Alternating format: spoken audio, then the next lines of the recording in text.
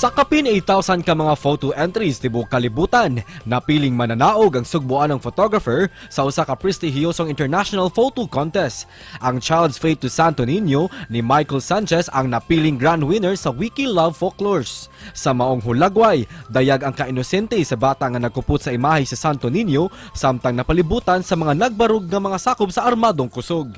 Ang kalig-un og kakusgan sa mga army mibalansi sa kainosente sa bata sa maong hulagway nga adunay lawom nga mensahe nga gustong ipadayag ni Michael. Karong buntaga, silent ang istorya luyo sa award-winning nga hulagway, dinhilang sa GMA Regional TV Live. Kapuso itong ilailahon karong buntaga, Bisaya nga photographer nga midaog.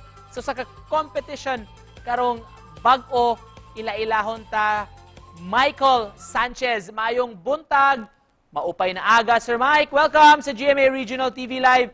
Pakigreet sir sa atong mga kapuso nga nagtan-aw karon. Maayong buntag sad og maupay nga aga sa tanan. Daghang salamat sir for joining us this morning. Sa di pa nato hisgutan kining imong kadaugan sa Wikimedia. Mag-throwback sa una ta Sir Mike.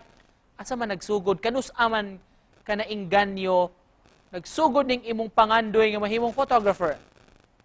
Well, actually, pag nga rin mo sa Cebu sa akong wife, may apil mo mig sinulog. During that time, nakadaog dayon ko, third prize, pag join na mo. Mo ito naka-encourage, kaming duha sa akong wife, so good mig photography.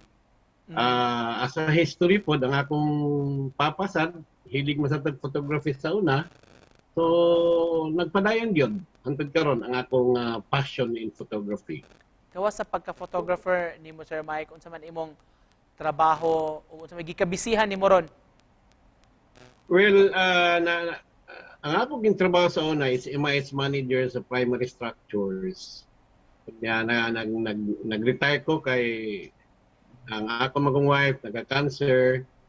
Kunya nagkuan lang ko, nagpunta ko studio sa una. O na karon full-time events photographer ko. O hisgutan nato nimong passion sa photography sir karong bag-o ikaw ang napili nga mananaog sa kapin 8,000.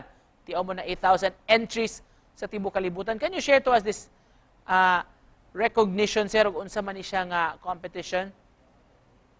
Well, actually yes, that's worldwide. Ang theme ang good really fitted sa mostly sa atua kay folklore man ang Pilipinas man god specifically ang Cebu is rich in folklore subjects like sinulog. Unsa may istorya luyo ani imong award-winning photo sir kanus man nimo ni nakuha o unsa may circumstansya adto?